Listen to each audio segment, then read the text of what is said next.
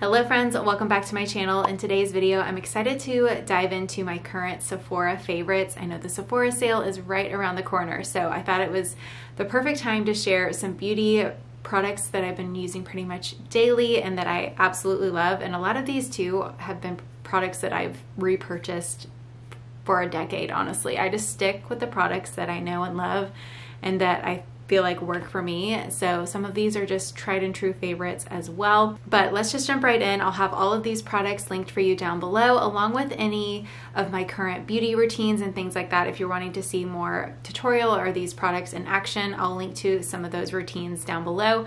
And do stay tuned because I will have a couple updated ones coming soon. I will be heading out for a wedding, so I thought it'd be fun to share a get ready with me for that. So if you want to see more of like my glam makeup, it's hard to even call it glam because I still stay pretty natural with my makeup, but it's definitely just more steps and things like that. I take my time getting ready for more events. So I'll have that tutorial hopefully up over the weekend. So more to come, but let's jump into my Sephora favorites. All right, starting off with my face recommendations. First, I have to talk about the Charlotte Tilbury Flawless Filter. This has been a product that I've used for probably close to 4 or 5 years. It's just a tried and true for me.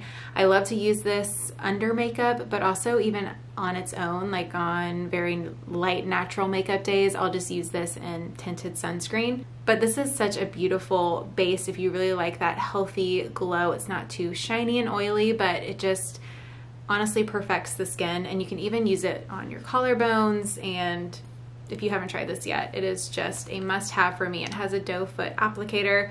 I just apply it directly to my face right after sunscreen and before foundation. Speaking of foundation, I've been testing out a lot of more medium to full coverage foundations recently because I've been trying to figure out what routine I want to do for the wedding that I have coming up. And the one that I have settled on is this foundation from Saint Laurent. This is the All Hours foundation, and every time I use this, I just feel like I have such a flawless application. I can get pretty oily with makeup, especially because I do tend to like it to be a little glowy. And with this one, it is matte, but it still has that subtle glow. And it could be also the combination of this too, where as I wear it throughout the day, I don't feel like I get horribly shiny and it doesn't start moving and pilling and just separating all funky. I feel like it really stays put. So this is going to be the foundation that I use for the wedding. And if you're looking for a full coverage luminous matte foundation, this is the one I recommend. I just picked up the shade LN7, and this is actually what I'm wearing today because I did like a final kind of test for the skin on some newer products that I picked up recently. I do really like how it turned out, so very pleased with this foundation. For powders, I have honestly a couple that I would recommend depending on what type of powder you're looking for. So the first one I wanted to mention, this is the Givenchy. So the first one I wanted to mention, this is the Givenchy Loose Setting Powder. They have different shades of this, but the one that I specifically love is the Rose shade. So it has this pink tint, and this is the best powder to set your under eye in. It's so fine that it really doesn't settle weird under your eyes, and it just airbrushes your concealer underneath. I just recently picked up this travel size version just so I could have a smaller size for traveling, but that is such a beautiful powder for under your eye. And then of course I have to mention the cult favorite Laura Mercier Loose Setting Powder. I don't like dusting this all over my face just because I feel like it makes me feel dry, but what I love this product for is using it right under the cheekbone. Like if you're contouring, I take this little pad, which I get on Amazon, and it just chisels out the cheekbone and really brightens up that area and really makes a big difference, and it pops. I also will use this, say I use concealer on my eyelid, I'll set that with this because it definitely stays in place really well. Like I said, I don't personally love it for all over setting just because I like a little bit more glow coming through. But this is a really great powder depending on how you want to use it. Oh, this is also a random thing that I just started to do, but I thought I would share. I started to powder my brows before I go in with my brow pencil because I like to do face makeup first before eyes. I know some people have a different preference, but I feel like powdering the brows has really made a difference with the brow pencil staying put. And it makes sense because if you put foundation on, it can be a little more slippery.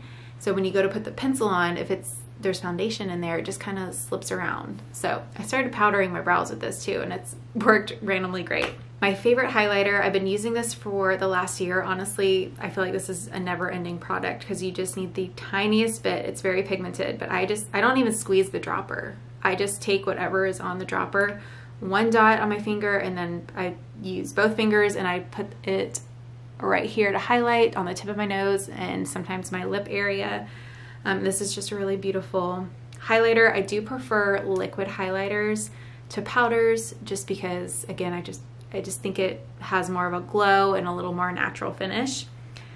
For contour, I have used this for the past year and a half. I purchased this, I think, last spring during the Sephora sale, and I still have a ton of it left. That's how much I have left.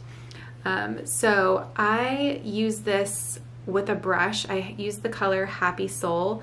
It's more of a cool tone bronze, which is what I would recommend, especially if you are fair like me. You don't want anything too warm, orangey, because it's just gonna pull orange and dirty on your face.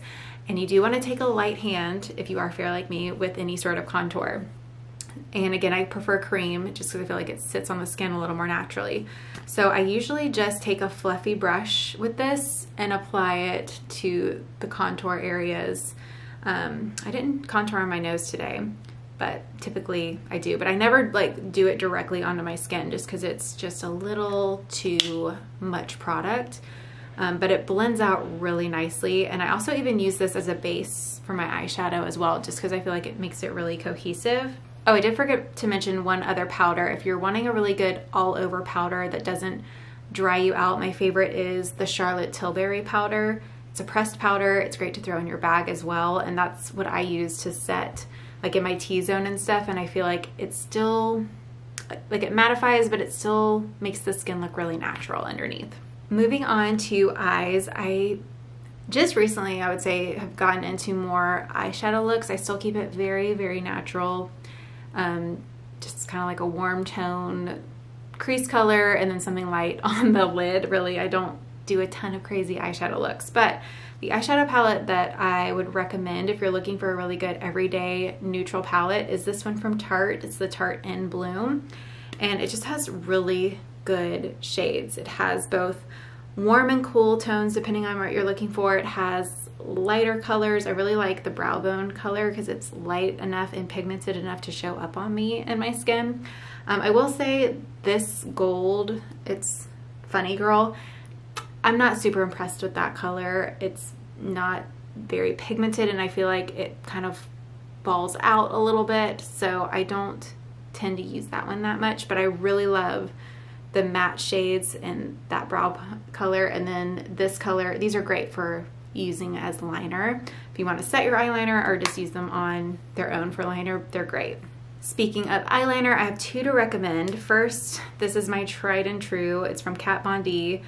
I use brown eyeliner. I pretty much always have, and this is what I use for a like sharp wing. Sometimes I just do this on the end. Like I don't even bring it across. I'll just do a little flick like this and pull it in. And that's how I do a simple wing eye look every day. And then lately I've been really into this one from Makeup by Mario. This is also brown. Let me see what the shade is, just in case there's multiple browns. It's just called the Perfect Brown. But this is just a really pigmented pencil liner, and that's what I used today. And then it's just a really nice blendable liner. It doesn't dry out too quickly. So I take the brush and I'll pull up the corner. So I usually just like run the liner on the outside of my eye, and then I'll use the brush and kind of pull it up to get a very subtle cat eye. And then I kind of like blend it across my line just so it's not, I don't know, kind of like lightens it a little bit. And also I have blonde lashes, so it kind of helps to blend into my lash line a little bit more. So I love that it has that brush on the other end. I guess this is also an eyeliner. This is the Tarte Fake Awake, And I've been loving this lately for your waterline. I used to do this honestly years ago, and now it's like back as like a makeup trend again. But this is very pigmented, so it definitely gives you that bright, awake look. Let me show y'all. You can see a difference. I did apply it, but it does wear off since it is on the waterline. But just so y'all can see, I guess I need to apply it on the side again. But it is a very pigmented nude color that really helps to brighten up your under eye. For brows, I would say brows is the one product that I do mix up pretty often, just because I'm always trying to find the perfect shade for my unique hair color, I guess. I don't know. But the one that I've settled on the majority of the year, I bought a couple of these during the last Sephora sale during the spring, and I've just kind of stuck with it because it's a really great price point. So Sephora products are typically 30% off. I'm pretty sure they're doing that again this year. So this was a really great price. This is the Sephora retractable brow pencil. It's waterproof, and I use the shade 1.5 taupe, and I think it's a great natural color for blondes if you're looking for one. It's not too cool toned and too brown, but it's also not orangey or too light either. So this is the one I've kind of been using throughout the year. I do go through them pretty quickly. This is my second one, and I feel like I'm already getting low, and I guess I'll order some more during the sale. Just because it is a little bit of a lighter color, I really have to like use a good amount of the pencil, so I do feel like I go through it pretty quickly. But hey, it's a really good price point. All right, my Holy Grail mascara. I've been seriously stuck on this mascara. I think I started in PT school, so at least probably 10 years now, but I just always go back to my favorite Dior Overcurl. I just bought a new one of this yesterday because I do mix up mascaras a lot. And I also like the Ilia one. I wish they just made it in brown. That's my one complaint. I'm gonna actually reach out to them and be like, hey, you should make your mascara in brown.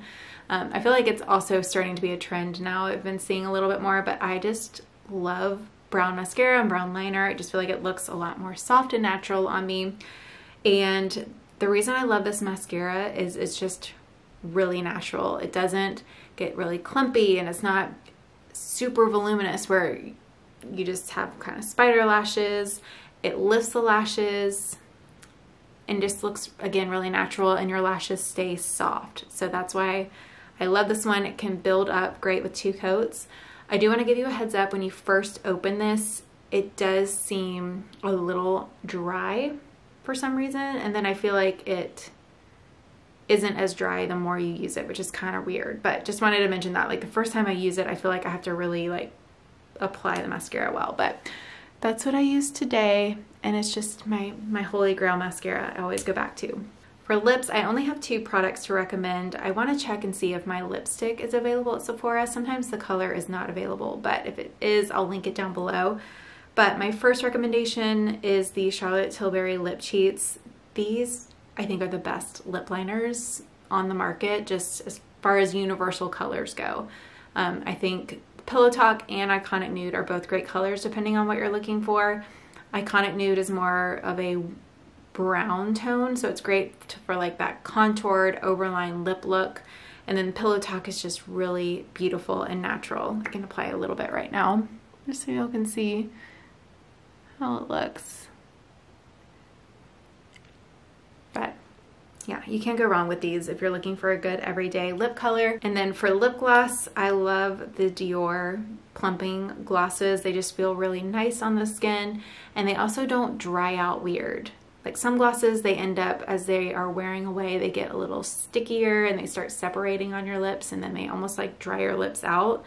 I never noticed that with this one. I feel like my lips almost get more hydrated from using it. I wonder if it has hyaluronic acid in it. I need to look. But yeah, these are my go-to glosses. I have pink, and I also like the beige color. I can put some more of it on for y'all so you can see. It just doesn't feel sticky, really comfortable, and it just, I love a good gloss over top. I've never really been into the matte look just because my lips end up looking dry, and I've just always been a gloss girl. So those are my everyday beauty favorites. I have a couple of new products that I plan to try in the sale this year, so I'll link those down below if you're curious what's in my cart for the sale.